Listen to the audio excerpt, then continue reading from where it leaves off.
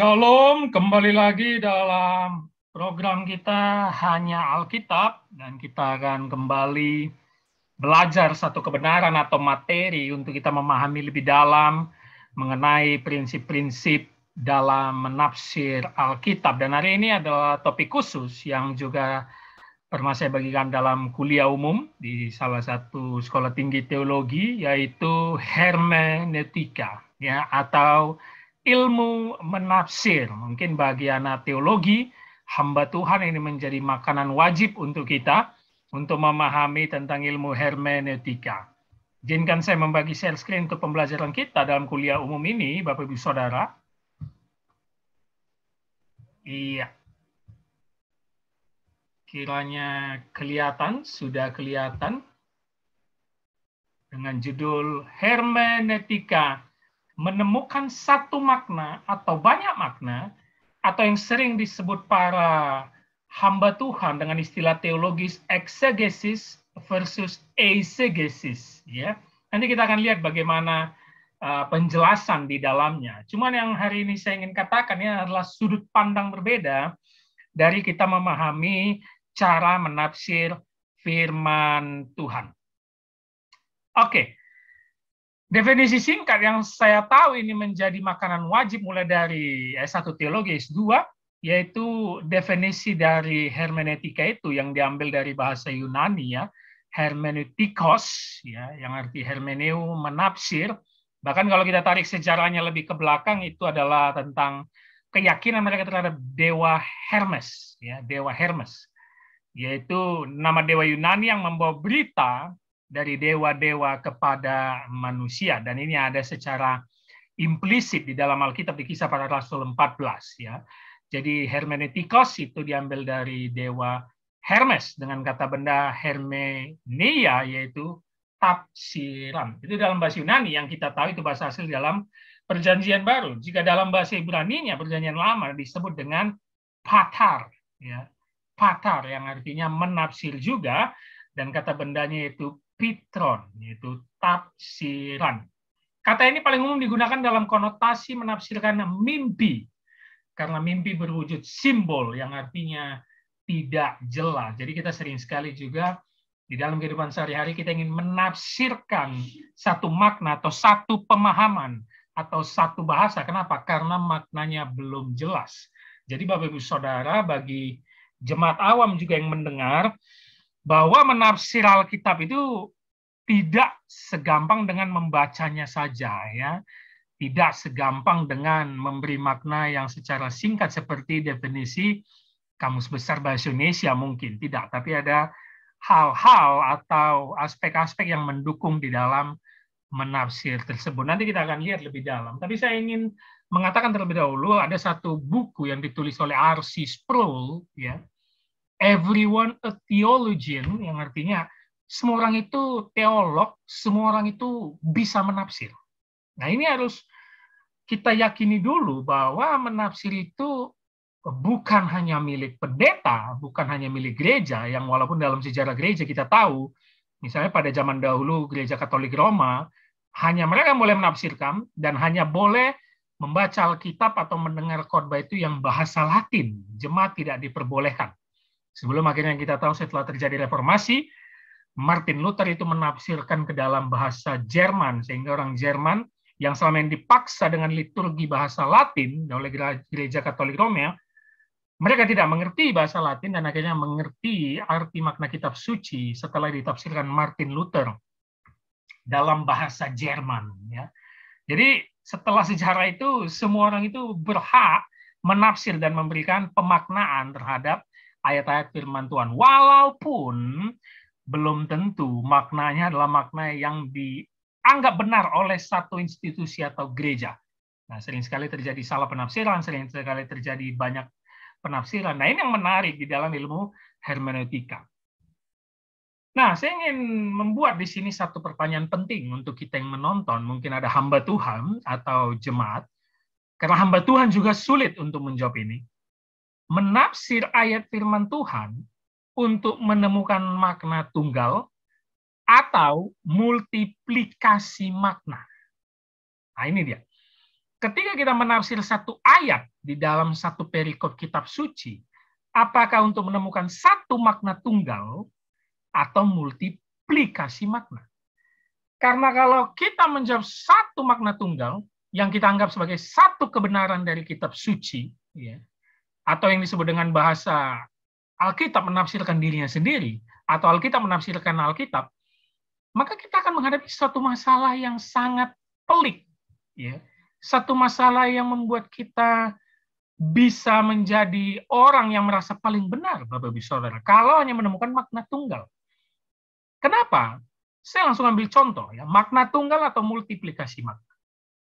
Misalnya saja di dalam kitab Kejadian pasal 3, ada ular yang menggoda Hawa ketika untuk memakan buah terlarang dan akhirnya mereka jatuh ke dalam dosa. Nah, kalau kita tafsirkan satu ayat yang berbunyi di pasal 3 kitab Kejadian, keturunan perempuan ini akan meremukkan kepala keturunan ular ini, dan keturunan ular ini akan meremukkan tumit dari keturunan perempuan ini. Kebanyakan hamba Tuhan atau gereja Protestan akan langsung menafsir itu menunjuk kepada nubuatan Yesus Kristus. Disalib, kematian disalib. Lalu dari situ kita akan melihat satu ayat juga ditafsir bahwa ular, iblis, menggoda Hawa. Padahal kalau kita lihat tafsiran lain, misalnya dari gereja tertentu atau dari teolog tertentu, ya di situ maknanya ular, bukan iblis. Terlebih lagi jika kita tempatkan teks ini kepada orang Yahudi sebagai pemilik dari penulis dari kitab Kejadian, ya mereka, ya Perjanjian Lama. Apakah mereka meyakini bahwa ular di situ menunjuk kepada iblis? Ya tentu tidak, ya. Tentu tidak. Apakah ayat itu menunjuk kepada kematian Yesus di kayu salib menebus dosa? Ya tentu tidak. Mereka saja tidak percaya kepada Yesus Kristus. Nah, kalau kita mengatakan itu makna tunggal dan menunjuk kepada kematian salib Kristus, maka kita menemukan suatu masalah. Bahwa kita merasa tafsiran kita yang paling benar, yang lain akan salah. Lebih baiklah kita menerima multiplikasi makna, yang artinya akan ada kekayaan tafsiran di dalam satu ayat firman Tuhan. Tentu kita tidak menyalahkan ayat itu menunjuk kepada kematian Kristus kayu salib. Itu betul menurut pemahaman kita gereja Protestan. Tapi kita tidak boleh menyalahkan atau menghakimi jika ada satu orang tertentu, satu gereja tertentu, satu budaya tertentu yang menafsirkan itu berbeda dengan kita. Nah, itulah ilmu hermeneutika. Kita perlu tahu di pendahuluan ini bahwa kita bukan menemukan makna tunggal, tapi multiplikasi makna. Ya. Jadi ayat itu berbicara sesuai konteksnya kepada setiap pembaca, Bapak-Ibu Saudara. Ayat itu berbicara bukan hanya pada konteks ribuan tahun lalu, tapi juga kepada masa kini. Kita akan lihat nanti lebih dalam, ya. Nah, ini saya ambil dari satu gambar dari salah satu penjelasan PDF, ya. Di dalam menafsir atau ilmu hermeneutika itu dimulai dari bawah, ya, hermeneutika, observasi, ya. Prinsip untuk memahami isi. Jadi betul-betul kita observe, ya, betul-betul membaca. Makanya kalau hamba Tuhan ingin membawakan khotbah, menafsir firman Tuhan, dia harus membaca satu perikop itu dulu. Dibaca berulang-ulang supaya dia tahu setiap kalimat, setiap ayat, dan setiap makna. Itulah hermeneutika, observasi. Lalu masuk ke tahap kedua, jadi ini dimulai dari bawah, ya Bapak Saudara, naik ke atas, yaitu exegesis. Kalau exegesis, dia lebih kepada teksnya, memahami isi. Dan di sini kita tahu nanti ada parsialnya, pembagiannya, dan kita melihat dalam bahasa aslinya, kita melihat kata kerjanya. Ini exegesis, lebih teliti ke dalam. Dan dia merupakan bagian dari ilmu hermeneutik, ya, exegesis. Dan exegesis kita tahu artinya adalah membawa keluar, ya, membawa keluar firman itu. Jadi ditarik keluar. Artinya berangkat dari teks, kita memahaminya dalam bahasa asli, lalu kita tarik keluar apa maknanya. Ya. Berbeda dengan eisegesis yang katanya memasukkan ke dalam. Jadi act itu keluar, eisegesis itu memasukkan ke dalam. Ya. Dan sering sekali ada pemahaman yang mengatakan exegesis lah yang benar, eisegesis itu salah. Ya. Nah, kita perlu kaji ulang pemahaman tersebut, Bapak Ibu Saudara. Kenapa? Karena sebenarnya ketika kita masuk ke tahap ketiga ini ya, setelah eksegesis, ada penerapan pribadi dan korelasi teologisnya, sebenarnya kan kita memasukkan juga prapaham kita ya. Kita akan memasukkan aplikasinya untuk kehidupan masyarakat kita. Jadi berhati-hati jika mengatakan eksegesis yang paling benar dan menganggap jika ada khotbah yang salah atau pendeta menampaikan tafsiran yang kita anggap salah, kita mengatakan dia eisegesis. Tidak. Karena sesungguhnya setiap penafsir, pembaca kitab suci, hamba Tuhan yang ingin menafsir, memiliki prasangka terlebih dahulu terhadap teks firman Tuhan tersebut.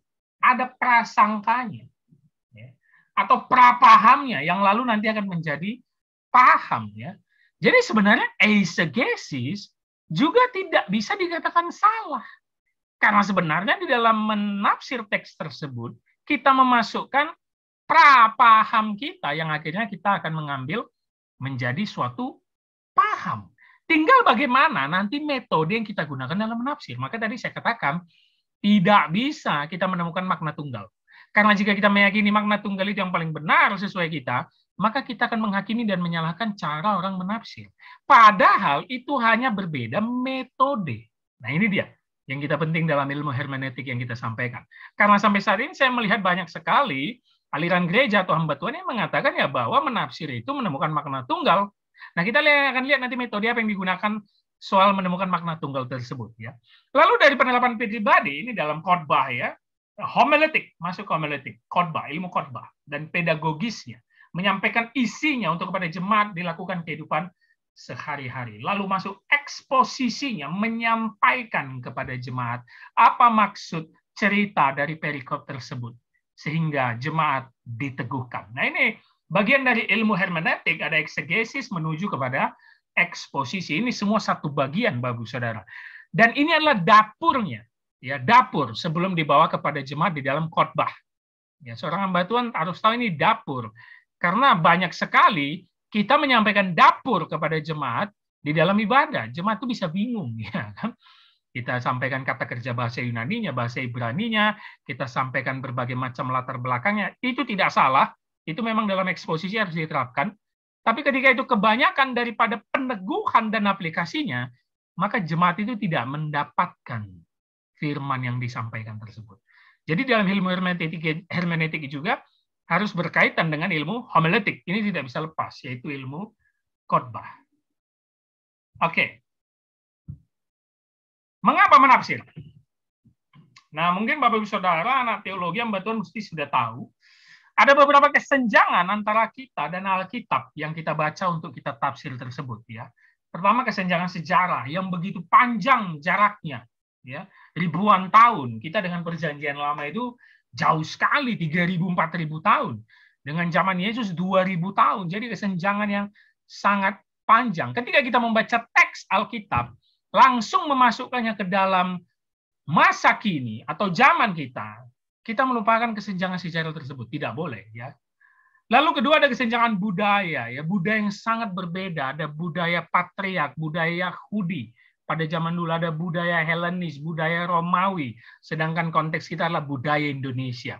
Jadi ada beragam kesenjangan yang begitu jauh sehingga kita perlu memahami historisnya, perlu memahami latar belakang budaya Alkitab tersebut, perlu memahami letak geografisnya. Nah itu di dalam ilmu hermeneutik. Lalu ada kesenjangan filosofis, ya, ada prapaham atau paham yang di zaman dulu mungkin tidak berlaku lagi di zaman sekarang. Nah, kita perlu yakini tersebut. Ya, teks-teks kitab suci yang di zaman dulu ada yang tidak berlaku lagi di zaman sekarang. Itu harus kita akui. Ya, itu harus kita akui. Ya. Saya setuju bahwa Alkitab tidak lekang oleh zaman, tapi kita harus setuju juga bahwa Alkitab dipraktikkan atau dikondisikan untuk masa kini. Karena kita harus jujur, ada teks Alkitab yang tidak lagi sesuai untuk zaman sekarang. Bahkan ada teks Alkitab yang kita tarik pada masa zaman dulu, lalu kita terapkan ke zaman sekarang, padahal pada zaman sekarang itu sudah tidak cocok. Atau sudah dianggap tabu dan kuno. Kita bukan menyalahkan teks kitab sucinya, tapi kita harus melihat kesenjangan filosofis dan budayanya, Bapak Ibu Saudara. Salah satu contoh yang menjadi isu pertentangan sampai sekarang yaitu kisah tentang homoseksual misalnya. Bagaimana kita menafsir kisah Sodom dan Gomora. Ya, kita mengatakan itu dihancurkan Tuhan karena awal mulanya sodomi, ya, dosa homoseksual. Padahal ada tafsiran, dan kalau kita lihat memang konteks dari kitab Sodom dengan teks-teks perjanjian lama yang menceritakan tentang Sodom dan Gomora, bukan berbicara homoseksual, Bapak Saudara, melainkan ketidakadilan masyarakat Sodom dan Gomora.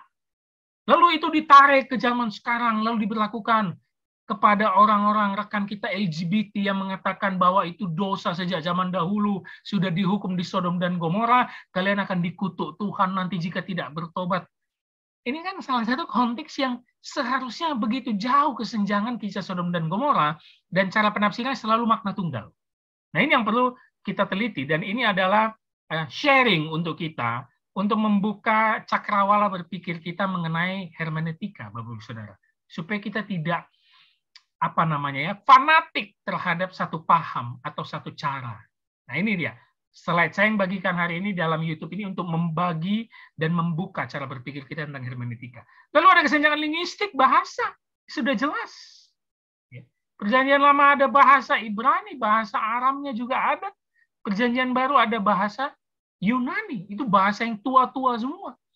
Dan kita sekarang menerima Alkitab kita lewat terjemahan bahasa Indonesia yang dibuat oleh LAI.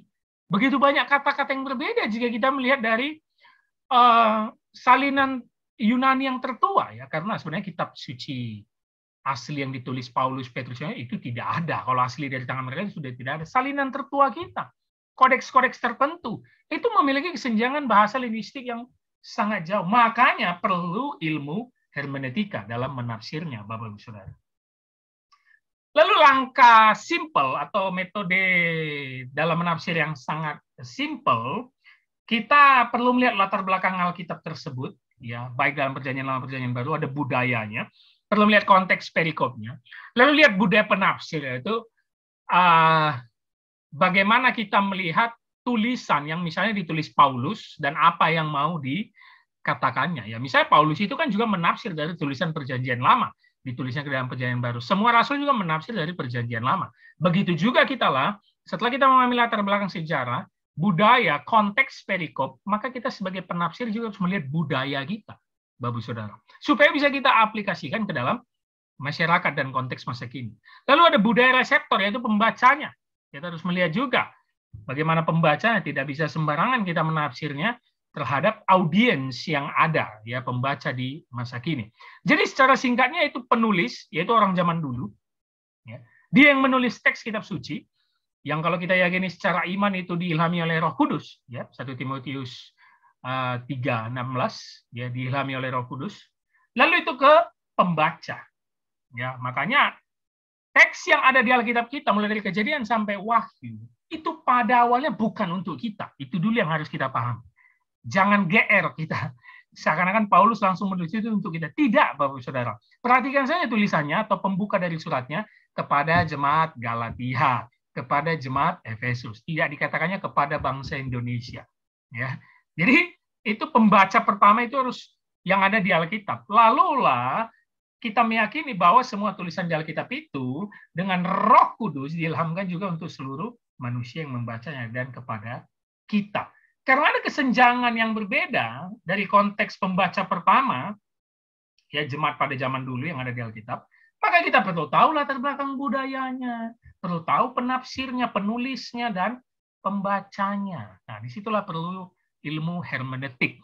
Jadi bagi jemaat awam yang menonton ini, kita perlu tahu menafsir itu tidak sembarangan, tidak mudah langsung menafsir seperti itu, dan mencocokkannya ke dalam kehidupan kita masa kini. Banyak sekali orang awam membaca satu teks Alkitab langsung dimasukkannya ke dalam hidupnya yang sedang galau, ya kan? Misalnya salah satu teks perjanjian lama, Tuhan dekat dengan orang yang patah hatinya. Oh, ini orang yang baru putus cinta, perempuan, tiba-tiba baca ayat ini langsung berkata, terima kasih Tuhan, renungan hari ini kau menguatkan aku, kemarin aku baru diputuskan oleh cowokku.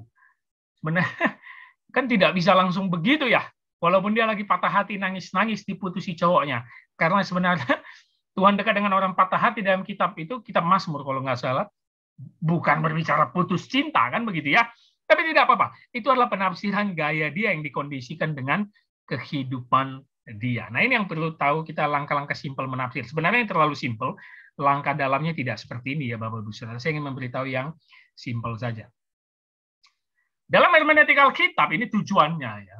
Dinyatakan bahwa firman Allah disampaikan kepada manusia melalui manusia yang hidup dan berada dalam jalinan kontekstual yang kompleks. Perhatikan, jalinan kontekstual yang kompleks.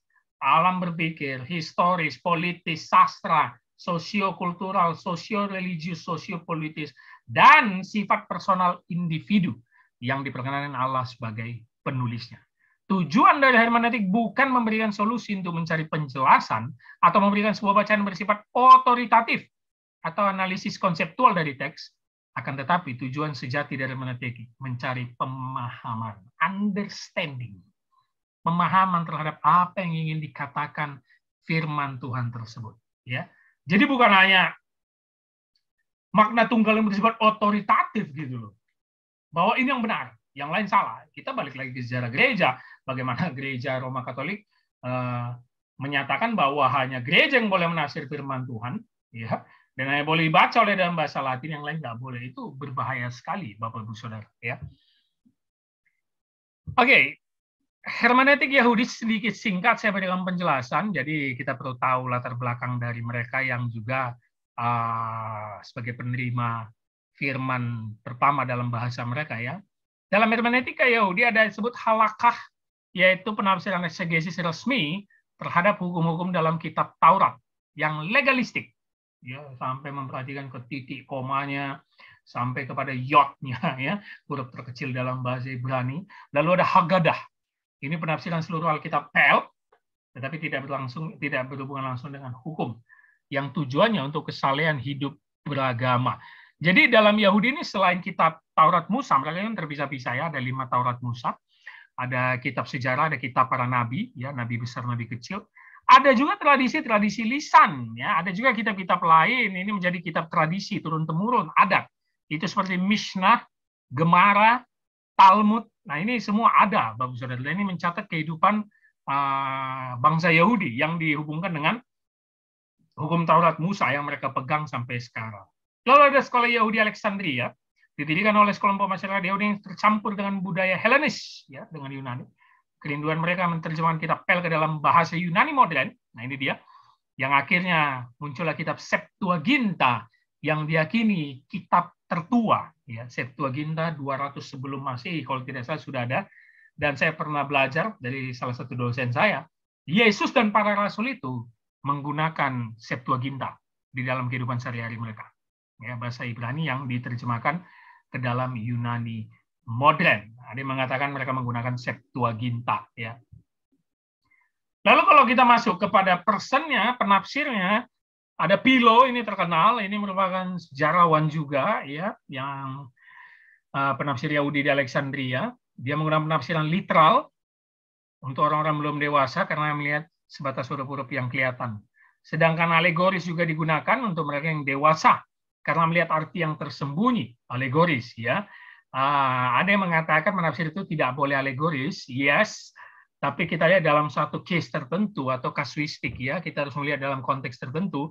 Tidak semua teks boleh ditafsirkan secara alegoris karena bisa jauh dari makna konteks yang dimaksud, ya. Tapi ada juga yang mengatakan Pak, alegoris itu penting juga. Misalnya kita membaca kitab Wahyu yang berbagai simbol, maka kita menafsirkan dengan secara alegoris walaupun tentu melihat konteks yang ditulis oleh Yohanes. Lalu ada tokoh Aristobulus, yaitu Raja Yudea pada era dinasti Herodes, dikenal sebagai penulis Yahudi yang pertama menggunakan alegoris. Ia menyimpulkan bahwa filsafat Yunani dapat ditemukan dalam kitab-kitab Taurat melalui penafsiran alegoris. Jadi ketika dia membaca kitab Taurat, dia menghubungkannya langsung dengan filsafat Yunani pada zaman dia itu alegoris, menggunakan simbol-simbol, ya, atau dicocokkan seperti itu. Nah, saya ingin mengangkat satu tema yaitu hermeneutika modern, ya. Dan ini saya yakin banyak ditentang orang, khususnya kaum-kaum Injili pada zaman sekarang dan tidak memakai ini, yaitu dari Bapak hermeneutika modern, atau mereka sebut Bapak liberal, ya. Bapak liberal yaitu Friedrich Daniel Ernst Schleiermacher. Di dalam video YouTube kita juga ada beberapa pandangan dia mengenai imanensi Allah, Bapak Saudara bisa lihat. Dalam pandangan hermeneutika, objektif interpretasi berarti memahami teks dengan memberikan pemahaman yang sama dengan apa yang dipahami oleh pengarang. Dalam hal ini, makna teks yang tidak dapat direduksi harus selalu dipertahankan sebagai tantangan untuk kepuasan pembaca. Inilah yang kemudian memaksa seorang pembaca dalam memahami maksud dari pengarang dengan gaya bahasa yang berbeda untuk menafsirkan dengan jalan keluar dari tradisinya, out of tradition, dan masuk ke dalam tradisi pengarang atau setiap penafsir dapat membayangkan kehidupan di zaman itu. Ya, jadi bagi Schleiermacher ini hermeneutika itu ya harus disesuaikan dengan tradisi pada zamannya, atau kalau kita pakai bahasa lain, kita menempatkan ulang konteks selama teks pada konteks baru. Jadi menempatkan ulang itu replacing, ya, bukan mengganti, menempatkan ulang, replacing, ya, dan mengisi kembali, refilling kapasitas teks kepada situasi yang tak dilihat oleh pengarang aslinya. Dari sudut pandang pengarang asli, ini bisa dianggap memang penyalahgunaan. Ya betul, penyalahgunaan atau salah tafsir, penyalahgunaan. Tapi kita perlu tahu, nah ini saya ingin memberikan satu kalimat. Penulis yang menulis teks kitab suci, Perjanjian Lama, Perjanjian Baru, misalnya kita sebut saja Paulus. Dia kita meyakini diilhami oleh Roh Kudus dalam menulis setiap suratnya. Tapi yang tahu makna yang ditulis Paulus, siapa Bapak Ibu Saudara? Ya hanya Paulus, gitu loh. Dan sekarang Paulus sudah tidak ada. Yang artinya setiap teks itu berhak ditafsirkan oleh setiap pembacanya. Karena yang menulis, yang mengetahui makna aslinya, sudah meninggal. Tidak ada. Ya. Betapapun pemilik pertama dari suatu teks adalah si pengarangnya, namun si pengarang itu tidak bisa menguasai teks. Ya. When the text is written, the author is dead. Sudah tidak ada, Bapak Saudara. Nah, kita melihat ini lebih dalam pandangan Hans Georg Gadamer dan Jacques Derrida. Ya, ini seorang filsuf memang. Dalam pandangan hermeneutika subjektif teks akan disifati sebagai teks yang terbuka, sehingga manusia dapat memberikan interpretasi dan pemahaman terhadap teks itu sendiri. Hasil ini tentunya berbeda dengan usaha menemukan makna yang disebut dalam hermeneutika subjektif. Jadi hermeneutika subjektif tidak lagi memandang adanya pemahaman terhadap pengarang, layaknya hermeneutika objektif, karena pada pandangan ini pengarang telah dianggap mati dalam kepengarangannya atas teks, sudah mati. Jadi maknanya tidak ada yang tahu. Maka terbuka. Menurut Gadamer, seorang tidak perlu menghilangkan tradisi dan masuk ke tradisi pengarang untuk melakukan penafsiran. Sekali lagi saya katakan, kalau dalam sudut pandang si pengarang asli, ini disebut penyalahgunaan. Tapi pengarang asli sudah mati, sehingga ini terbuka. Bahkan adalah sesuatu yang mustahil karena merupakan cara berpikir dan kreativitas. Saya tahu ini yang disebut, banyak orang mengatakan ini teologi modern, hermeneutika modern, ataupun liberal. Tapi Bapak Saudara, ini adalah salah satu solusi untuk membuka cakrawala berpikir kita. Sekali lagi, dalam ilmu hermeneutika, kita tidak menyalahkan satu tafsir manapun, ya. Tapi kita ingin membuka cakrawala bahwa hermeneutika bukan menemukan makna tunggal, melainkan multiplikasi makna. Secara singkat, saya ingin memberikan satu metode hermeneutika, ini secara singkat, ya. Tafsir Alkitab, ada berbagai pertanyaan-pertanyaan dalam menafsir Alkitab, ya. Apa yang sesungguhnya terjadi, apa yang dimaksud penulis, apa yang dikatakan oleh teks, apa yang kita pahami, apa yang kita rasakan, itu biasanya pertanyaan di dalam bagaimana kita harus menafsir Alkitab dan berangkat, ya. Jadi fokus kita itu ada realita, ada pikiran, ada teks, pembaca, dan ada rasa yang untuk disampaikan kepada jemaat. Yang pertama, ini yang ingin saya sampaikan tadi, yang saya katakan di pendahuluan, ada metode non-prakritis. Inilah yang sering dipakai orang untuk menyatakan satu makna tunggal. Model non-prakritis, model yang dikontrol oleh sistem ajaran atau teologi tertentu, Bapak Saudara. Ini dia. Jadi kalau Bapak Saudara memiliki pandangan teologi ini, pandangan tokoh ini, maka Bapak Saudara dalam menafsir semua Alkitab, Bapak Saudara akan menghubungkannya langsung ke pandangan dan doktrin dia. Nah, ini disebut non-prakritis. Tentu langkahnya sama pada umumnya, membaca memahami teks, bahasa asli dikuasai, bahasa Yunani, Ibrani baru masuk ke Indonesia dikuasai, memahami latar belakang konteks dikuasai, mereka punya akses ke situ semua. Tetapi dalam penafsirannya langsung dihubungkan ke makna tunggal yang harus sesuai dengan sistem ajaran, doktrin, dan pemahaman satu tokoh. Ini disebut model non-prakritis. Jadi pada model ini fokusnya adalah penafsir, Bapak Saudara. Penafsir, ya. Dan kecenderungan dari model ini adalah tidak setuju dengan tafsiran-tafsiran lain. Itu yang mau saya katakan. Kecenderungan model ini, dia akan bisa menghakimi dan menyalahkan satu tafsiran lain. Bahkan mengatakan apa? Sesat. Ya, satu tafsiran itu sesat, tafsiran itu liberal. Nah, ini dia model non-prakritis. Lalu yang kedua ada model kritis historis. Mungkin Bapak Saudara sudah pernah dengar. Ini ingin melepaskan diri dari satu ajaran teologi tertentu, satu doktrin tertentu, satu tokoh. Dia ingin melepaskan diri, walaupun masih ada terhubung sedikit, sulit. Tapi melalui model ini, menafsir dengan melihat kerangka konteks. Konteks dekat maupun konteks jauh, ayat-ayat sebelumnya, ayat-ayat yang mendahuluinya, atau ayat-ayat yang jauh sebelumnya, pasal-pasal jauh sebelumnya, lalu dikaitkan dengan histori, budaya, bahkan penemuan arkeologi, ya historis sejarahnya, dan pemahaman masyarakat pada konteks masa lalu, kepada masa kini. Ini model kritis historis. Jadi betul-betul kritis, ya, terhadap apa yang ditulis oleh penulis Alkitab. Makanya model ini fokusnya penulis Alkitab. Dia fokus kepada Paulus. Apa maksud Paulus di dalam surat Galatia? Kepada jemaat Efesus, apa maksud Paulus? Lalu melihat gambaran Efesus itu di mana? Dihubungkan sekarang di mana? Di Turki, misalnya pada zaman sekarang di Turki, Efesus itu. Lalu bagaimana kehidupan masyarakat di Efesus itu? Apa teologi yang berkembang di situ? Ya, misalnya kepada jemaat Korintus yang berbahasa roh. Nah, ini sering juga ini langsung kita ambil bahwa teks Korintus itu memperbolehkan kita bahasa roh di zaman sekarang. Enggak semudah itu ya. Kita harus melihat bagaimana jemaat Korintus, bagaimana budaya Korintus. Kenapa Paulus memarahi mereka? Kita perlu tahu itu, Bapak Ibu Saudara. Dan ternyata budaya Korintus itu menyembah dewi, ya, dewi-dewi. Ada banyak sekali kuil-kuil dewi yang sampai sekarang runtuhannya masih ada. Misalnya kuil Dewi Artemis, dan di dalam ibadahnya terjadi pelacuran di dalamnya, lalu memakai bahasa-bahasa asing yang akhirnya disebut bahasa roh gitu. Jadi kita perlu tahu sampai kepada konteks itu. Jadi model kritis historis fokusnya kepada penulis Alkitab. Nah, model kritis literer, ya, atau bisa juga disebut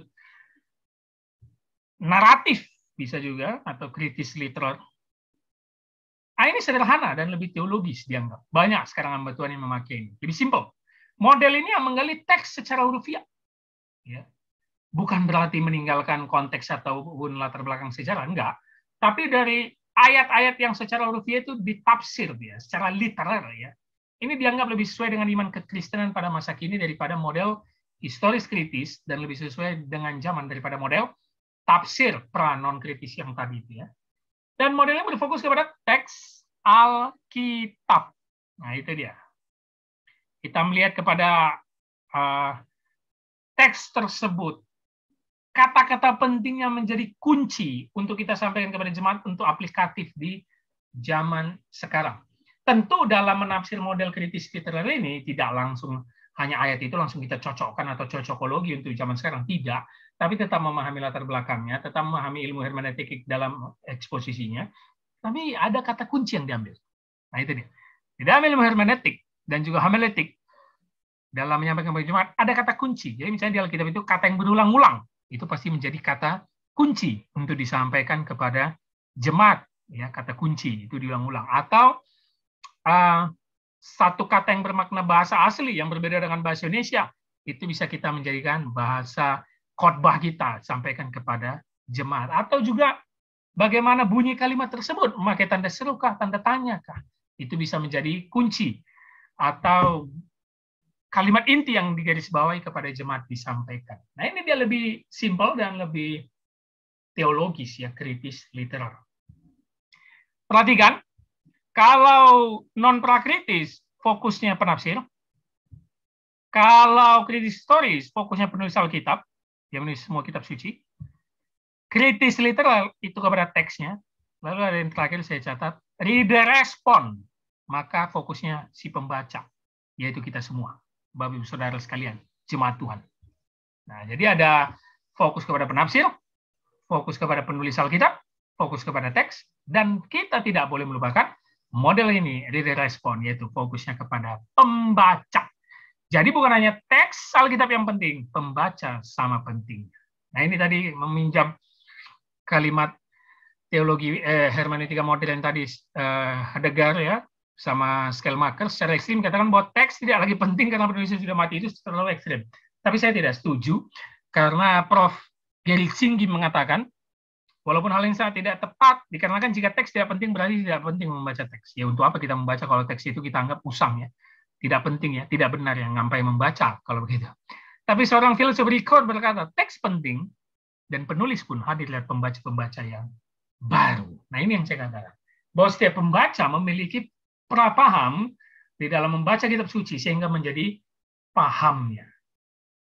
Ini dia, reader respon ya. Untuk memahami ini, untuk menjadi kita pembaca, kita menemukan satu tafsiran yang menurut kita benar ya. Sehingga ada satu pertanyaan yang pasti membingungkan jika membaca hermeneutika modern ini, Bapak Ibu Saudara. Mungkin Bapak Ibu Saudara ada yang tidak setuju, langsung mengatakan sesat, mengatakan liberal, tapi ada juga yang bertanya begini, kalau begitu, di mana otoritas Alkitab yang menyatakan firman itu benar atau tidak? Loh, tidak ya, Alkitabnya benar gitu loh, Alkitabnya benar, gitu kan? Tetapi kita anggaplah setiap penafsir dengan metode-metodenya akan menimbulkan kekayaan tafsiran yang luar biasa. Supaya kita memahami betapa dalamnya firman Tuhan, betapa dalamnya kitab suci. Jika Anda menemukan satu makna tunggal, misalnya prakritis tadi, dengan doktrinnya, dengan pemahamannya, dengan pemahaman tokoh, maka akan terbentur dengan begitu simpelnya ayat firman Tuhan yang ditafsirkan. Anda tidak menerima kekayaan-kekayaan reader respon. Pembaca-pembaca yang memiliki tafsiran yang berbeda secara letterlek tadi. Nah ini yang perlu kita pahami. Jadi bagaimana yang dikatakan benar? Loh, tidak ada. Bapak Saudara tinggal memakai metode mana dan bisa mempertanggungjawabkan metodenya. Itu saja. Jangan Bapak Saudara memakai satu metode tertentu, tapi ketika kita tanya mana inti dari berita tafsiran tersebut, Bapak Saudara tidak tahu menjawabnya atau tidak tahu latar belakang konteks budayanya, sejarahnya, dan tidak memahami perikopnya. Jadi setiap metode tetap harus memahami konteksnya. Lalu dimasukkan kepada konteks masa kini. Jadi tinggal bagaimana kita memakai model-model dan metode-metode dalam ilmu tafsir. Ya, supaya kita tidak terjebak dalam hal sesat menyesatkan, Bapak Saudara. Ada lagi metode-metode lain tidak saya sampaikan. Ada metode poetic reading, perspektif postkolonial. Saya pernah menulis ini juga, postkolonial, tentang Onesimus ya, di kitab Filemon ya. Postkolonial, ada contextual reading, ada cross-textual hermeneutik, banyak sekali, yang budaya Alkitab langsung disamakan dengan budaya kita di Asia atau di Indonesia.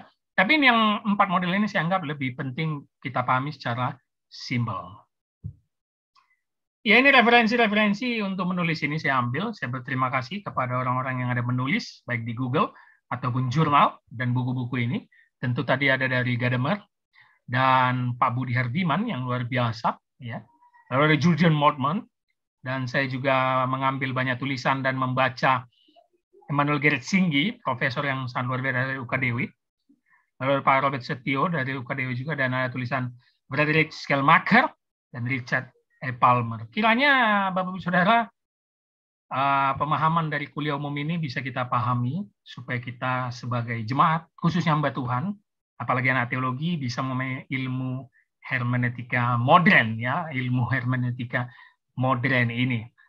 Kita harus jauh dari sifat sesat menyesatkan. Dalam menafsir tidak mungkin menemukan satu makna tunggal saja. Tapi disinilah supaya kita tahu bahwa semuanya memiliki prapaham yang menjadi paham masing-masing. Demikian bisa saya sampaikan, kiranya ini berguna untuk menambah wawasan kita dan referensi kita. Kita kembali lagi dalam YouTube kita Hanya Alkitab. Dukung terus, ya, like, comment, subscribe, dan share kepada teman-teman sekalian. Shalom, Tuhan Yesus memberkati.